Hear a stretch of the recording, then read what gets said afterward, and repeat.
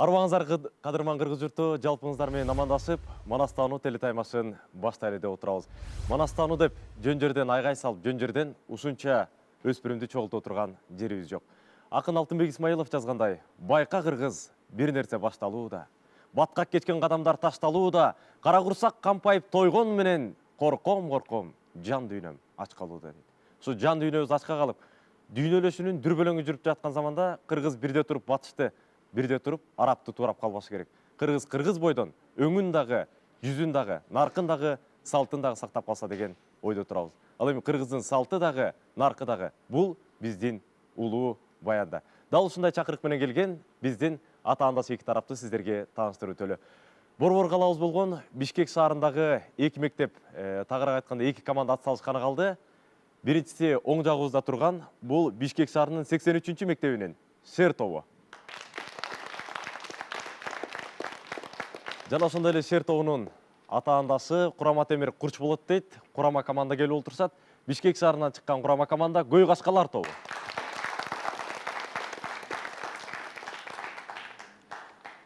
Бардык ата-андаштар чучугулактын негизинде тандалып алынды. Ким-кимге дал келет? Бул эми чучугулактын ишкен.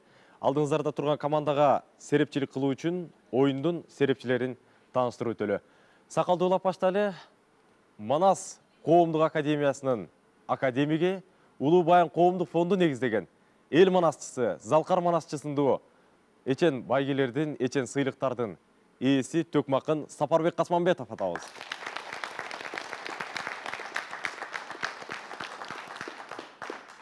Жана ошондой эле ушул таймашка улуу башын кичүү кылып, атайын Талас жергесинен келип аткан Манас коомдук академиясынын академиги, Кыргыз Республикасынын эл мугалими, Манас ата сыйлыгынын лауреаты, белгилүү Манас таануучу Бектур Исаков агайыбыз.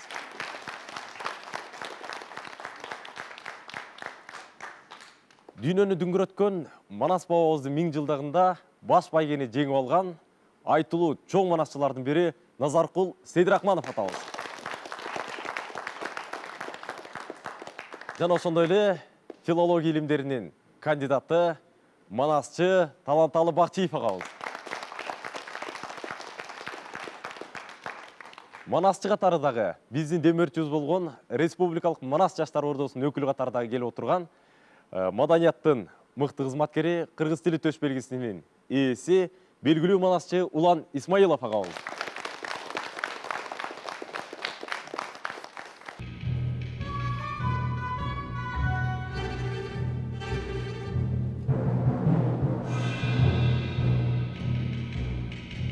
Эгерде бардык шарт талаптар сиздерге түшүнүктүү болсо, анда ийгилик каалап таймашыбызды баштадык. Амандашып алыңыздар. Биздин топтун аты Шер. Шер деп койгонубуздун себеби эпосто көргөндүн көөнү бөлүнүп, арт жагында балаңдын кара көкжалы көрүнүп, кара чаар калан капталынан чамынып, көөсү куйрук көк жолборс оң жагынан камынып деп берилет.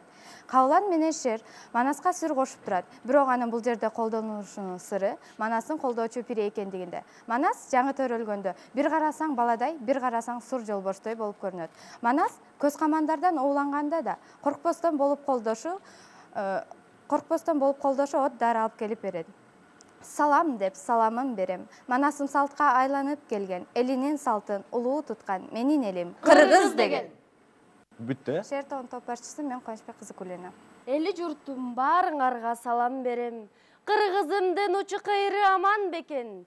Эл оозунда дилим өспөнүп, жергемде бейпилчилик заман болсо экен. Шер тобунун мүчөсү мен Зайырбек кызы Сабира. Жолборс жүрөк, жолборс биле келден биз. Душмандарды жолборс болуп жеңген биз. Чачылсак да, чабылсак да көбүрөт. Эч багынбай баш көтөрүп келебиз. Шер тобунун мүчөсү мен Маматов Нурсейит. Шер тобу жарк эткен нур, шер тобу обондуу үн, шер тобунун көркүн кошкон, жашоодо чоң бир сыноо мына бүгүн. Шер тобунун мүчөсү мен Турдуул кыз Акжолтой.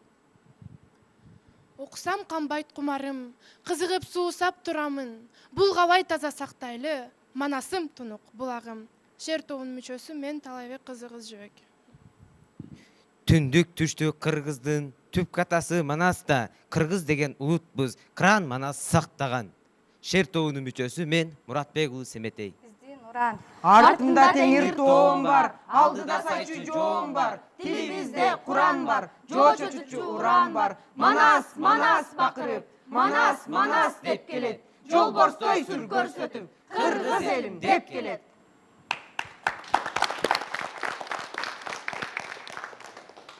Азаматсыздар, кезек сіздерде. Манаста уран салалы, урпактарга жаялы, кылымдарга кыргыздар, Манас менен баралы. Топ башчысы Өмүрбаев Акыл. Акын болбойт талантсыз, шумкар болбойт канатсыз, дал ушундай кыргыздын даңкы чыкпайт манассыз. Топ мүчөсү Максат Улгутбек. Узак мезгил сиңип келген сезимге, урук уруу керек чыгар кезинде, башыңда ой майдаланып баратса, Манас деген бабаң турсун эсиңде. Топ мүчөсү Сүйүндүк кызы Нуриза. Манассыз кыргыз кыргызбы, сактасын кыргыз кыргызды. Байыртан келген бул Манас, жер деген жери кең талас. Топ мүчөсү Майлиев Алтынай. Ак калпакты бап кийип, ала тоодой эң бийик, саламын айтып баарына, көй кашка турат баш ийип. Топ мүчөсү Уланбек Улуу Дастан. Кудай ишти оңдосун, Манас атам колдосун, Манас, Манас дейличе, урпактардын ураанын уга берилсин жер жүзү. Топ мүчөсү Талантбек уулу Нурбек. Көй кашка тобунун чечмелениши, уруу башкаруучу же уруудан жоокерлердин арасынан чыккан мыкты жетекчи, билгич адам. Жана ошондой эле өтө чыган, эң көрүнүктүү таанышман. Жана ошондой эле эпостон мисал келтире кетсек, салтанаттуу көй кашка, сайышы журттан бир башка, кызыл байрак кырк кашка, кыракы Манас падыша. Биздин уран. Калайык ук, Карың ук, калың журтум барың ук, кан Манастын элдигин, сайган айга тешпеген, эремети дагы бар, чапкан кылыч кеспеген, эремети дагы бар, мылтык атса ок өтпөс, эремети дагы бар, отко жалса чок өтпөс, керемети дагы бар. Манас, Манас, Манас!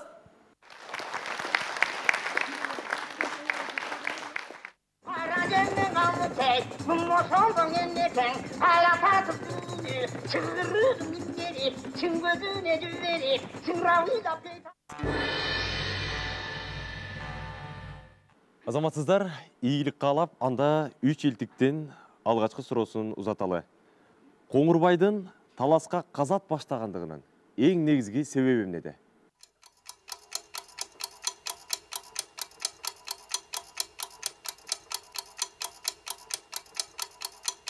Эң негизги себеби Манас Коңурбайдын атасы Алоокени өлтүргөн, ошо Алоокенин кунуңгуйм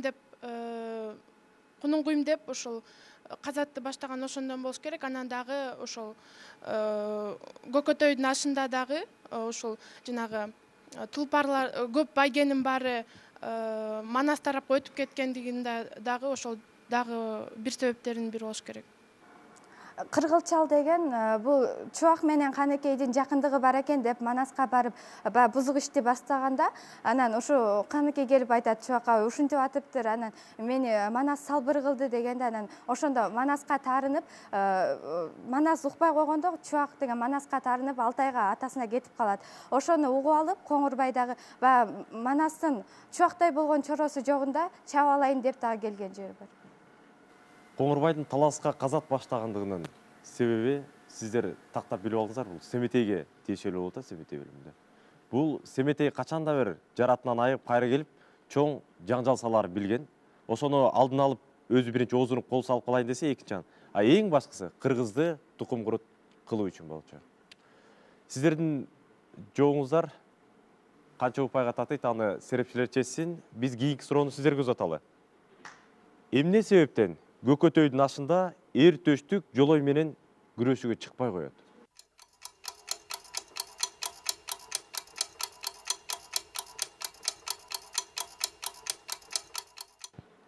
Анткенин себеби бул төштүк болсо жолойдон өткөн балбан, кыргыздын эр жүрөк баатырлардын бири болчу.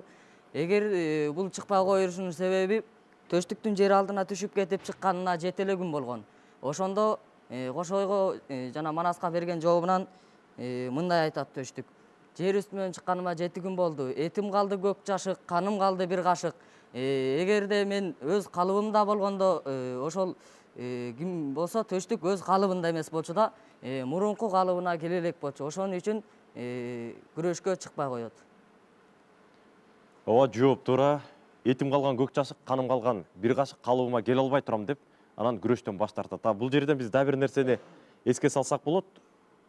Күрөшкө Манас чыгат деген дагы ураан чыкканда, күрөшкө кишиси жок Манас күрөшкө түштү деп, намыс тебеленбейби деп, улуу наркты сактаган жай бар. Муну маалымат катары билип алсаңыздар болот. Кийинки суроо сиздер үчүн. Семетей кайып болгондон кийин Чачкейдин тагдыры эмне болот?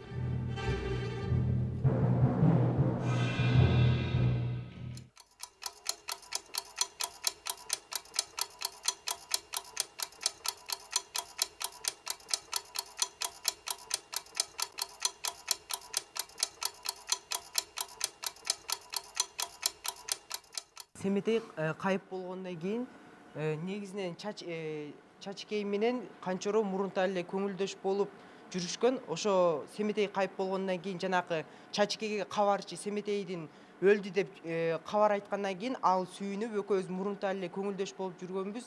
Эми экөөбүз үйлөнөбүз деп абдан сүйүнгөн жайы бар. Ошо Семетей кайып болгондон кийин Канчоро менен Чачкей экөө үйлөнөт. Азаматсыз. Жооп толук кандуу, туура. Канчоро менен Чачкейдин качантан берки кутумчулук ою, арам ою ишке ашып, экөө баш кошуп, Канчоро убактылуу болсо дагы бийликке келген жайы бар болчу. Кийинки суроо сиздер үчүн. Кыяздын Семетейге болгон жеке таарынычы же кектегендиги эмнеде? Жеке таарыныч, суроо так көргөзүлүп атат. Жеке таарынычы.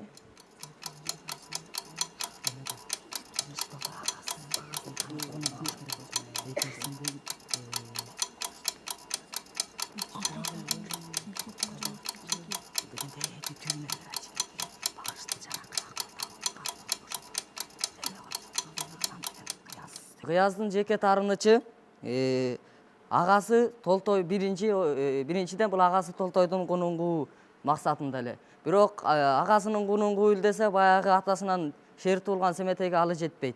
Мына ошентип Үмөтөйдүн кунунгуу берип Тайбурулдан айрылып канатынан кайрылган Семетейдин кабарын уккан ак эркеч болсо Кыязга кат берет. Семетей Тайбурулдан айрылып калды. Эми барып агаңдын кунунгуу ал деп негизги себеби мында агасынын кунунгуу ошол болчу. Азаматсыз жооп тура, агасы Толтойдун кунунгуу атат. Өчүн алып. Чын кожо Толтойго эмне деп барат?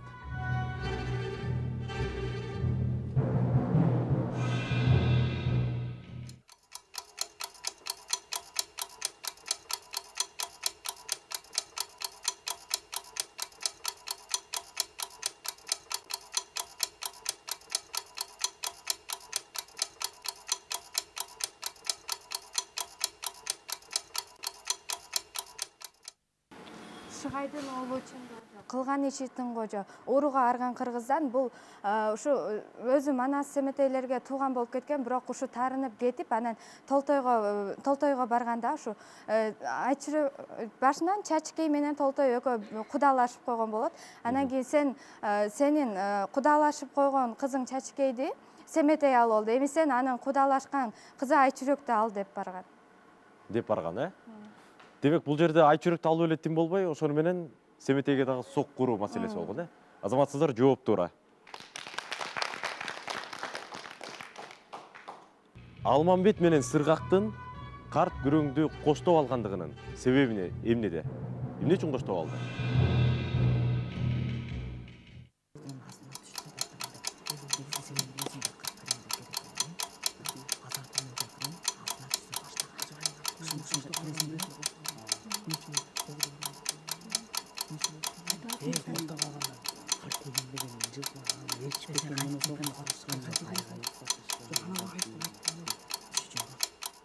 Бул Алмамбет менен Сыргактын Ажыбайдын карт күрөңүнүн коштоп алышынын себеби бул айгай укса шашпаган азар түмөн жылкыга салуу изе баштаган мал болгон.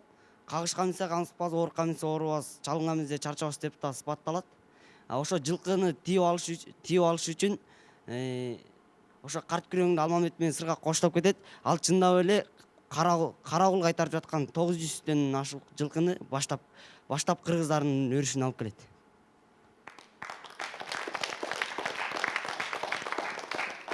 Азаматсыздар жооп туура. Коңурбай тийип кеткен жылкыны ошо карт күрөңдүн жардамы менен кайрып келүү. Карт күрөңдү үйүргө кошуп ийсе ал бир малдан башка бүткөн жаныбар деп атпайбы? Ал өзү кайрып келип, өзүнүн үйүрүн кайра жерине кайтармак. Ушул жерден бир нерсе эске түшөт. Кыргызда мыкты тайганда дагы кээде ит деген кооз барбай турган учурлар бар да. Ошол сыяктуу карт күрөңгө дагы малда энестүү жаныбар деп башкача мамиле кылган жай бар. Азаматсыздар жооп туура. Биз ушуну менен 3 илдик бөлүмүнүн соңуна чыгардык. Канча упай топтоду экрандан көрүп алыңыздар.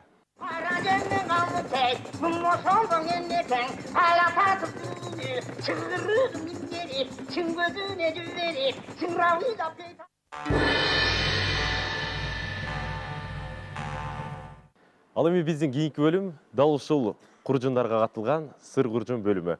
Мында сөздөр бар ичинде. Келип бирден окуучу тандап алыңыздар.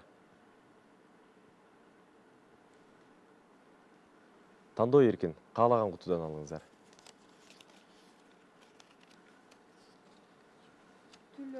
Түлө. Кунку.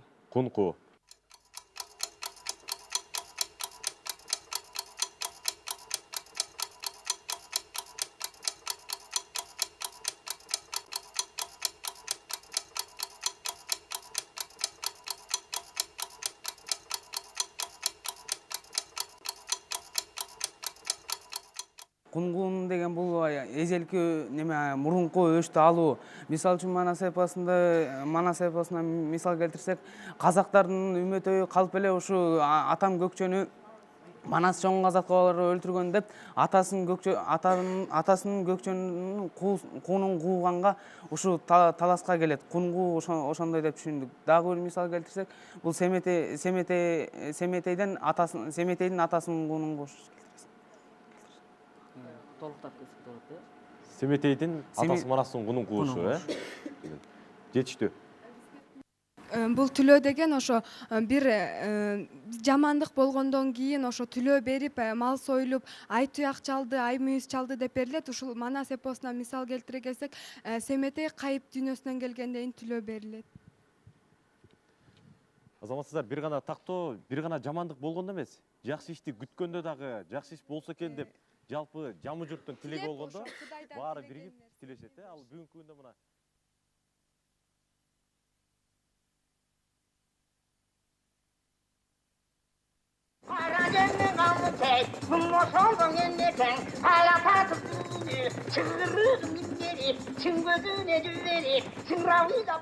биздин кийинки бөлүм ар бир катышуучуну чыйралткан, денесине кан чуркаткан кадимки күтүлбөгөн бир суроо бөлүмү.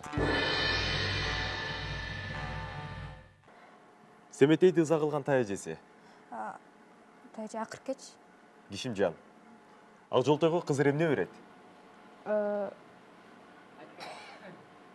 Жаңгак. Эчтеке жооп жок. Алтайдан Ала тоого көчүү демилгеси кимге таандык? Эч ким учпасын. Акбалтага. Азаматсыз жооп туура. Карлыгаштын агасы ким? Манас. Азаматсыз жооп туура. Акберметтин кайнатасы? Акберметтин Манас. Бул Семетей. Манастын эң биринчи чоросу? Неме эң биринчи Бул Кутуби. Тилекке каршы күтүлбөгөн суроо бөлүмүндө Шер тобу 4 гана упай топтой алышты. Куялыны ким издеп табат? Айжүрөк. Азаматсыз жооп туура. Кайып болгон Семетейди ким көрүп калат? Карады. Азаматсыз жооп туура. Чачыкей кимдин колунан өлөт? Учурун. Бул Айчүрөктүн колунан өлөт. Канчоро кимдин колунан каза табат? Айчүрөк. Семетей кайып дүйнөсүндө жүргөндө кайсы сезимден айрылып калган? Угуу көрүү сезимдеринен. Азаматсыз жооп туура. Жолборс издеп чыккан ак жолтойго ким кабылат? Оля. Бул бөлүмдө Көй Кашка тобу жалпысынан 10 упай топтой алышты. Демек 5 суроого туура жооп берди.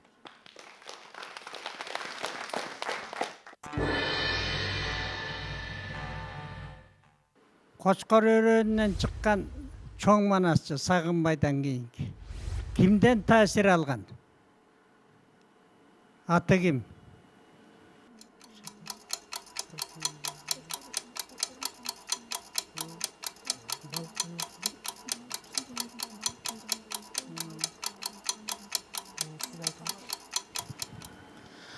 Бул Шапак Рисменде уулу болсо керек. Ал Кочкор өрөөнүндөгү Шамшы деген айылда төрөлгөн. Кичинекей кезинен балык манасчы менен чогуу жүрүп калган.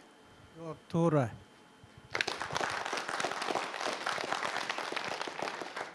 Бир барган жеринде 400 жылкы айдап келген кайсы манасчы?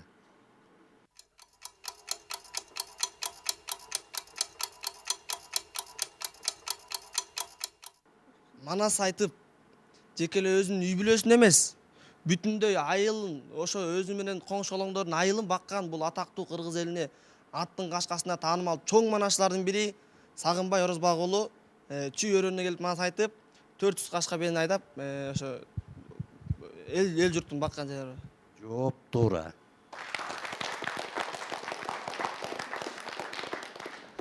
Тыныбек манасчынын устаты ким болгон? Тыныбек манасчынын устаты Чоңбаш, бул лакап аты, өзүнүн аты Нармантай.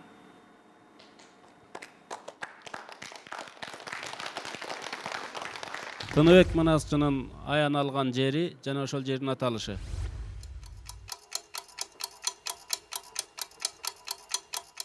Бул суроонун жообу азыркы Караколдогу Бир Булак деген айыл, азыркы убакта ошо Жетегүз району.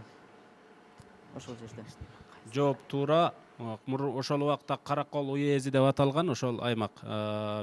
Бир Булак деген мазарлуу жер болгон, азыркы Жетегүз районунун Актерек айылы.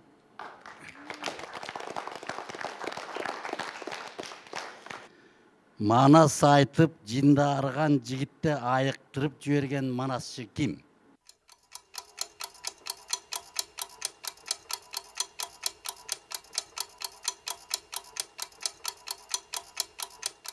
Бул Келдибек Барбоз уулу.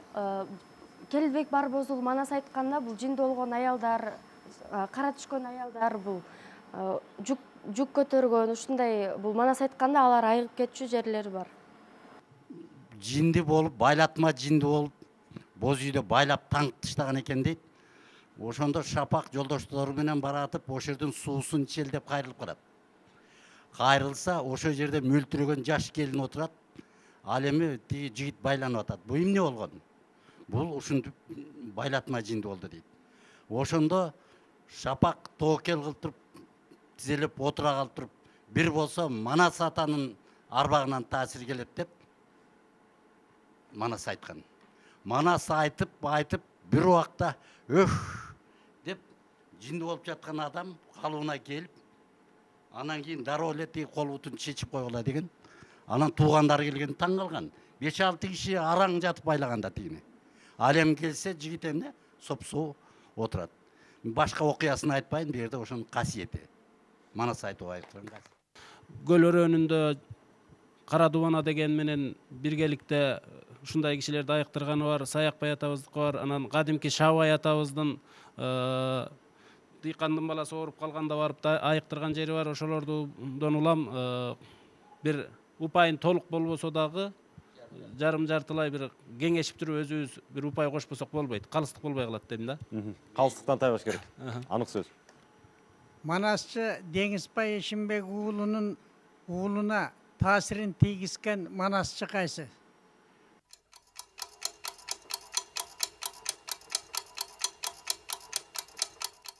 Айтолуу түндүк мектебин түзгөн манасчы баарыбызга эле белгилүү Тыныбек манасчыдан таасир алган. Туура жооп.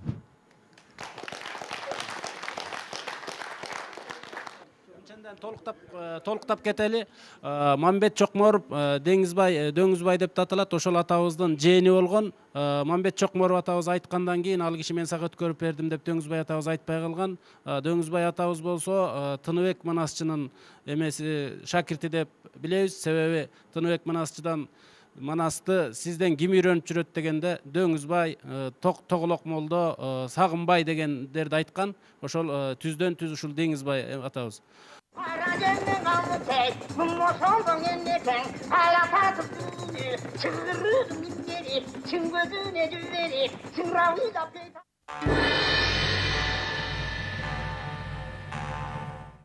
Биздин таймашыбыздын эң соңку бөлүмү бул өз ара суроолор бөлүмү. Тагыраак айтканда эки тарап бири-бирине суроо узатат. Анда баштаңыздар.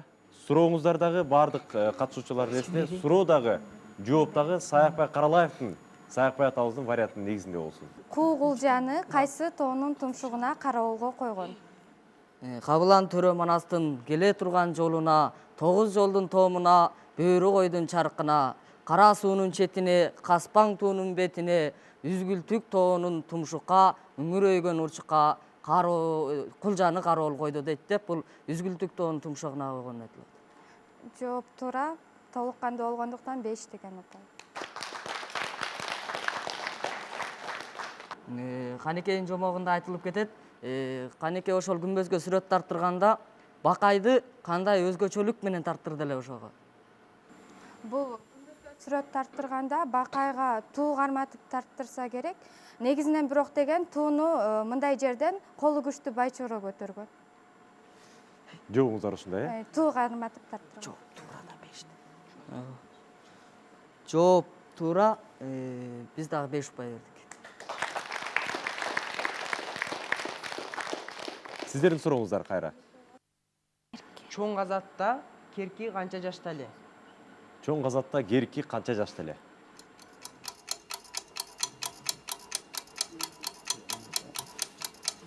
Биздин оюбуз боюнча чоң казатта керки 35 жашта болот.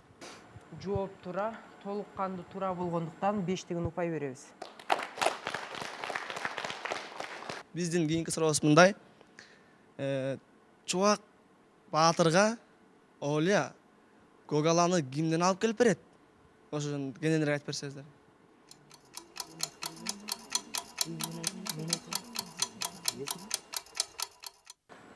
Олият деген бул Чубактын Көгала атын жанакы Сарыбайдан алган. Ошо Желмогуз уулу Сарыбайдан мен ошо сенин атыңды алганмын, жылкыларынан алып канча жылдан бери ошонун кордугун көрүп качып жүргөнмүн деген жерлери дагы кезигет. Туура жок, туура болду, толук кандуу. Биз дагы шер тобуна 5 деген упай коебуз.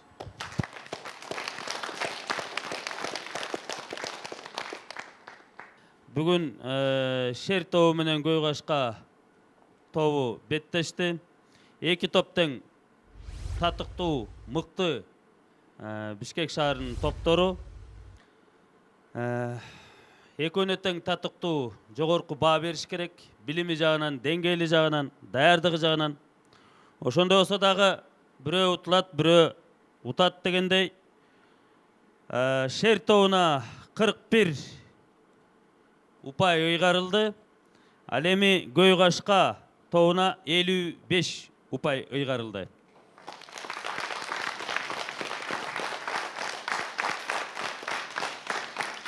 Бул жерде мындай бир кескин айырмачылык болуп калганын жөн эми баарыбыз эле биле көрдүк, уктук дегенде күтүлбөгөн суроодо мындай өтө бир кескин айырмачылык байкалып калды. Анан үчүлтүктен биринчи суроого жооп болгон жок. Анан бул серепчилерден соол болгондо ушундай бир биз үчүнчү суроого мындай жарым жартылай баа бердик, 2 деген упай. Ошон менен мына жыйынтыгын көрүп атасыңар. Эки топко тең дагы да ийгилик каалайм.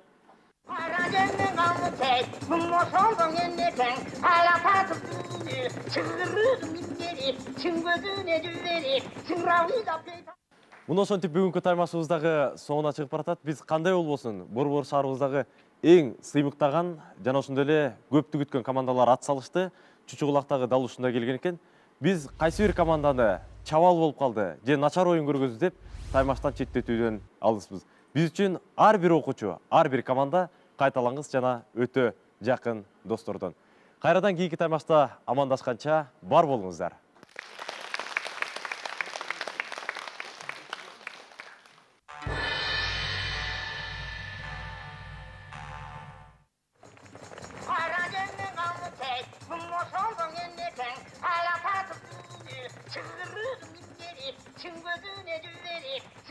Ayda beytamay, şundan bir sandalye, gömöcük doğuşuldu, atavarman deli, konuşuldu tayturu, atandın bir diye, tulparlı